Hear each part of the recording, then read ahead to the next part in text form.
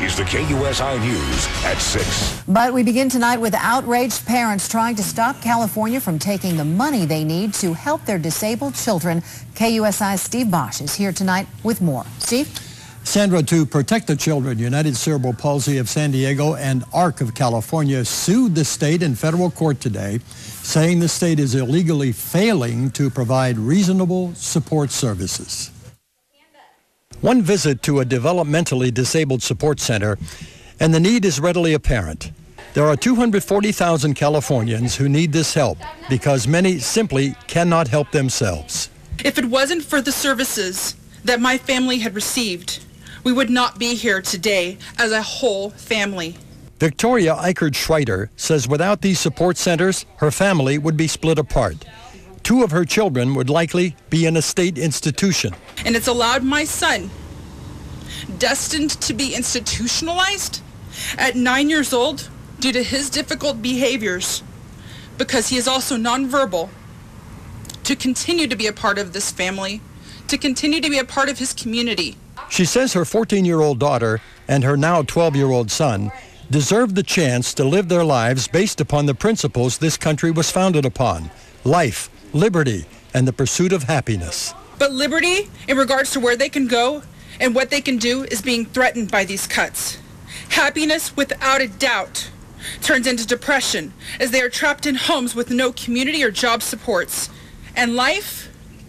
Well, lives of some will be changed forever, and if not, to surely end.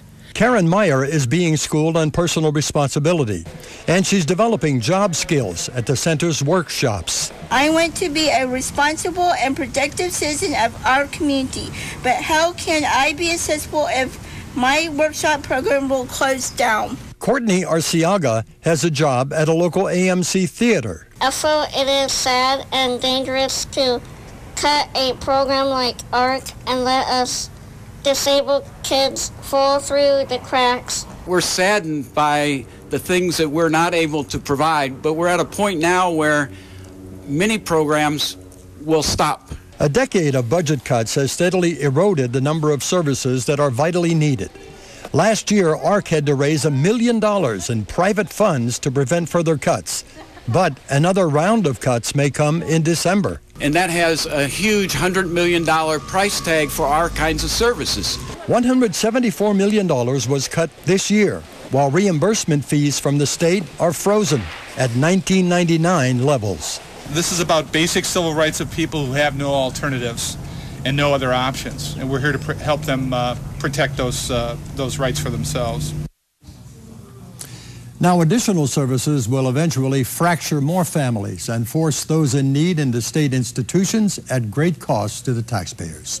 Sandra? So, Steve, the issue is money here. How much do these support centers cost per person compared to the cost if someone's forced into a state institution?